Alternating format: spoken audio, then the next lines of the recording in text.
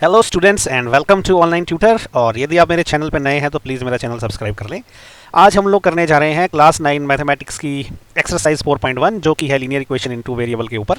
और इस एक्सरसाइज में टोटल 2 क्वेश्चन है और दोनों के दोनों क्वेश्चन हम लोग इसी वीडियो में सॉल्व करेंगे। तो ये क्वेश्चन शुरू से लेकर एंड तक देखें। और यदि आप किसी पर्टिकुलर क्वेश्चन पर डायरेक्ट जंप करना चाहते हो तो मैं उसका नीचे डिस्क्रिप्शन में टाइम डाल दूंगा, आप डायरेक्ट क्लिक करके वहाँ तक जा सकते हो। तो चलिए पहला क्वेश्चन जो है शुरू करते हैं। पहले क्वेश्चन में ये बोलता है कि the cost of a notebook is twice the cost of a pen. ठीक है, तो मतलब जो नोटबुक का कॉस्ट है वो पेन से डबल है, जितना पेन का कॉस्ट रहेगा उतना नोटबुक का उससे डबल है। ठीक है, write a linear equation in two variable to represent. ठीक है, तो इस स्टेटमेंट को रिप्रेजेंट करने के लिए एक लीनियर इक्वेशन लिखे टू वेरिएबल में। Take the cost of notebook to be rupees x and that of a pen to be rupees y. तो देखिए अभी इसको करना शुरू करते हैं। ठीक है, हमारे पास जो है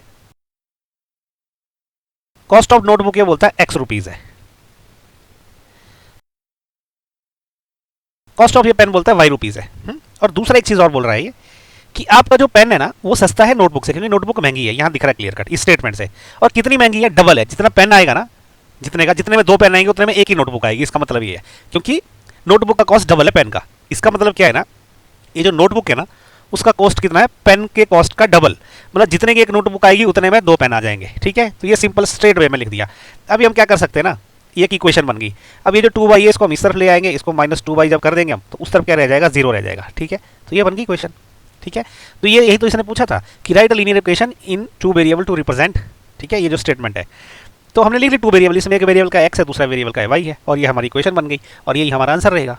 तो देखिए क्वेश्चन नंबर 2 में क्या बोलता है। क्वेश्चन नंबर 2 में टोटल 8 पार्ट है, 8 में से मैंने 3 पार्ट इधर लिया और बाकी पार्ट्स हम अगले पेजेस पे करेंगे। लेकिन ये पूछता क्या है इसमें, देखिए express the following linear equations in the form of ax plus by plus c equal to 0 and indicate the values of a, b and c in each case।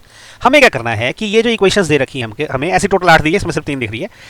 इस सबको इस फॉर्म में लिखना है, ax plus by plus c की form में equal to 0 की form में, और वहां पे a, b और c की वैल्यू निकालनी है। ठीक है, तो सिंपल सी बात है, हमको ये जो इक्वेशन दी हमको इसको कैसे लिखना है? हमको इसको ऐसे लिखना है ax plus by plus c is equal to 0। ठीक है, तो देखिए हम इसको कैसे लिख सकते हैं, 2x plus 3y is equal to 9.35 बार। अभी ये ax प्लस vy तो ऑलरेडी है, और प्लस c करने के लिए हम ये कांस्टेंट टर्म इस तरफ ले आएंगे, तो यहाँ पे प्लस का है तो यहाँ पे माइनस हो जाएगा, -9.35 बार इक्वल टू, क्योंकि ये यहाँ आ चुका है तो वहाँ सिर्फ क्या बचा है? 0 बचा है। तो देखिए अभी ax plus by plus c की फॉर्म में आ गया। अगर हम इन दोनों को कंपेयर करें तो हमारे पास a, b और c की वैल्यू मिल जाएगी। ठीक है, तो इसका मतलब a कितना है? देखो ये कंपेयर करो, ax यहाँ पे क्या है? 2x है, तो यहाँ पे a की वैल्यू है 2। b की वैल्यू कितनी है? देखिए ये by यहाँ पे by की जगह 3 है। ठीक है, तो 3y है, तो मतलब b की जगह है 3। और तीसरा क्या है? प्लस c, लेकिन यहाँ पे -9.35 है। इसका मतलब कि c की जगह क्या है? -9.35, और उसके ऊपर बार भी है। ठीक है, तो ये हो गया आपका पहला पार्ट। सिमिलरली दूसरा पार्ट भी ऐसे हमने करना है, तो इसको हमने किस फॉर्म में लिखना है? ax plus by plus c is equal to 0। ठीक है, तो ये ऑलरेडी उस फॉर्म में है। ठीक है, तो मैं आपको करके बता देता हूँ। ये क्या है? x minus y upon 5 minus 10 is equal to 0। इसको मैं थोड़ा आपकी समझ के लिए अच्छे से लिख देता हूँ। x प्लस ब्रैकेट में मैं क्या कर देता हूँ? -1/5 y plus -10 is equal to 0। आपको ऐसा लिखने की जरूरत नहीं है, आप इतने में भी कर सकते हो, लेकिन जस्ट आपकी अंडरस्टैंडिंग के लिए। अब देखिए यहाँ पे a की जगह क्या है? 1 है, क्योंकि x का जो कोफिशिएंट है वो 1 है, तो a की जगह क्या रहेगा? इधर a की जगह रहेगा 1, और b की जगह क्या रहेगा? देखिए प्लस by, तो यहाँ पे b की जगह क्या है? -1/5, और c की जगह क्या है? यहाँ पे -10। Okay, simple.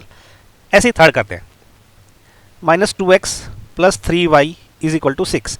अभी हम क्या करेंगे, जो 6 है इसको इस तरफ ले आ जाएंगे, तो ये क्या होगा? -2x plus 3y minus 6 this is equal to 0। बस अब इसको किससे कंपेयर हम करेंगे कि ax plus by plus c से अगर कंपेयर किया तो क्या होगा?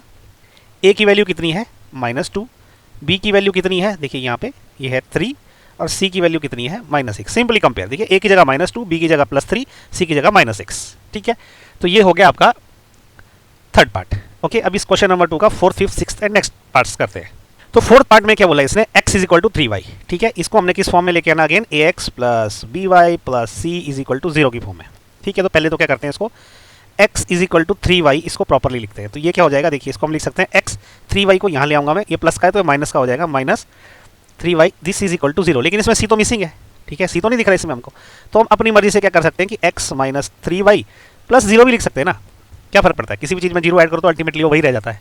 ठीक है, तो इसका मतलब अब जब इसको कंपेयर करेंगे हम लोग तो यहाँ पे a की वैल्यू क्या रहेगी? देखिए x के आगे 1 है। ओके, ये 1 हो जाएगा, बी की वैल्यू क्या रहेगी, देखिए ये बी बाई है, बी की जगह क्या है यहाँ पे, ये -3, और सी की वैल्यू क्या है यहाँ पे 0, ठीक है। तो ए की वैल्यू फाइनली कितनी आ गई इसमें, ए की वैल्यू आ गई 1, बी की वैल्यू आ गई -3 और सी की वैल्यू आ गई 0। तो जनरली कुछ लोग क्या करते हैं ना यहाँ पे 1.x भी, क्योंकि किसी को 1 से मल्टीप्लाई करने में कोई फर्क नहीं पड़ता, लेकिन अगर आप ऐसा भी नहीं लिखेंगे तो ये भी चलेगा जैसा हमने लिखा है। ओके, तो चलिए अभी हम करते हैं फिफ्थ पार्ट इसका। ओके, तो अगेन ये वैसे ही हम करेंगे। इसमें क्या है, हमको अगेन कैसे बनाना है, ये ax plus B Y plus c is equal to 0 इस फॉर्म में बनाना है। तो हमारे पास क्या है, 2x is equal to -5y है, ठीक है। इसको हम कैसे लिख सकते हैं, 2x ये -5y में यहाँ ले आऊँगा तो ये प्लस का हो जाएगा 5y, this is equal to 0। अब अगेन इसमें से c मिसिंग है, तो मैं इसको कैसे लिखूंगा, 2x plus 5y plus 0 is equal to 0, ठीक है। अब बस कंपेयर करो आप, a की जगह क्या है यहाँ पे, ये देखिए यहाँ पे 2x है, यहाँ पे ax है, तो a की जगह है 2, b की जगह कितना है +5, क्योंकि b की जगह यहाँ पे +5 है तो 5 लिखेंगे, और c की जगह क्या है 0। तो इसके फिफ्थ का क्या आंसर है कि a की वैल्यू कितनी है 2, b की वैल्यू है 5 और c की वैल्यू है 0, ठीक है। वैसे सिक्स पार्ट में क्या है, इसको अगेन हमने ऐसे लिखना है ax plus B Y plus c is equal to 0, ठीक है। और हमारे पास है क्या, 3x plus 2 is equal to 0। अब यहाँ पे ना y मिसिंग है, हम इसको कैसा लिख सकते हैं, 3x मतलब ax की जगह 3x आ गया, प्लस बी वाई मिसिंग है, तो मैं क्या करूँगा 0 मल्टीप्लाइड बाई वाई लिखूंगा, मतलब मैंने कुछ भी ऐड नहीं किया, तो ये हो गया बी वाई प्लस 2 तो पहले से था, ये हो गया 0। तो अल्टीमेटली ये क्या होगा, 3x प्लस 2 ही रह जाएगा, कुछ फर्क नहीं पड़ेगा क्योंकि 0 ऐड करने से कुछ फर्क नहीं पड़ता, तो मैंने 0 बाई लिख दिया। अब इसको अगर कंपेयर करूँ तो यहाँ पे a की वैल्यू क्या बनेगी 3, b की वैल्यू क्या बनेगी इधर 0, और c की वैल्यू क्या बनेगी 2। सिंपली कंपेयर करना हमने, देखो c की जगह 2 है, b की जगह 0 है और a की जगह 3 है, ठीक है। तो ये इसका आंसर हो गया। अभी हम लोग एक्चुअली इसके टोटल 8 पार्ट है, तो 6 हमने कर लिया, अभी 2 और बाकी है तो वो भी कर लेते हैं। तो इसका जो 7th पार्ट है अगेन उसमें क्या है, y minus 2 is equal to 0। हमने इसको किस फॉर्म में लिखना है, ax plus B Y plus c is equal to 0। तो देखो हमारी जो ये इक्वेशन है ना, इसमें से क्या मिसिंग है, इसमें से x तो है ही नहीं, तो हम क्या कर देंगे 0 मल्टीप्लाइड बाई एक्स, ये 0 ही रहेगा, प्लस y तो ठीक है, तो 1 मल्टीप्लाइड बाई वाई, इसको हम 1 मल्टीप्लाइड बाई वाई भी लिख सकते हैं, और -2 तो वैसा ही रहेगा, कोई टेंशन नहीं है। तो ये ऐसा हो गया। इसका मतलब अब जब मैं इसको कंपेयर करूं तो a की वैल्यू इधर क्या बन रही है, ax की जगह क्या है 0x है तो 0 बन रही है, b की वैल्यू क्या बन रही है, b की जगह क्या है 1 है, और c की वैल्यू क्या बन रही है -2, ठीक है। सिमिलरली अब इसका ये एक्चुअली 8th है, गलती से 7th लिखा, दिस इज 8th। ओके, अच्छा 8th में क्या है कि 8th में है आपका 5 इज इक्वल टू 2x। अब मैं इसको क्या करूँगा ना, इसको 2 को यहाँ ले आऊँगा, ठीक है, तो ये हो गया 5 माइनस 2x। ओके, अभी देखिए इसको मैं क्या कर सकता हूँ ना कि ये उस तरफ जाके ये तो 0 रह गया, ठीक है, इसमें कुछ प्रॉब्लम नहीं है। अब इसमें मैं क्या कर सकता हूँ ना, ये x को मैं पहले लिखूँ क्योंकि मुझे ax की फॉर्म में लिखना है, ठीक है। मुझे किस फॉर्म में लिखना है, ax plus B Y plus c is equal to 0 की फॉर्म में। तो ये जो x वाली टर्म है इसको मैं सबसे पहले लिखूँगा -2x, और ये रह गया +5, ये हो गया 0 के बराबर। लेकिन यहाँ से भी क्या बी वाई वाली टर्म मिसिंग है, तो मैं इसको क्या लिखूँगा -2x प्लस 0 इंटू वाई, ठीक है, plus 5, this is equal to 0। अब ये हो गया ax plus B Y plus C की फॉर्म में। तो बस अभी क्या है, कंपेयर करो, यहाँ पे a की जगह क्या है, ये यहाँ पे a है, और ये की जगह क्या है यहाँ पे -2, ठीक है। यहाँ पे b है और यहाँ b की जगह क्या है 0, और c देखिए यहाँ पे c है और यहाँ c की जगह क्या है 5। तो ये हमारा आंसर हो गया, ठीक है। तो इसी के साथ ना एक्सरसाइज जो है 4.1 खत्म हो गई, क्योंकि इसमें 2 ही क्वेश्चन थे, एंड होपफुली आपको समझ आया होगा। मैंने बहुत ही फास्ट तरीके से करने की कोशिश करी क्योंकि इसमें ज़्यादा कुछ समझने लायक है नहीं, ठीक है।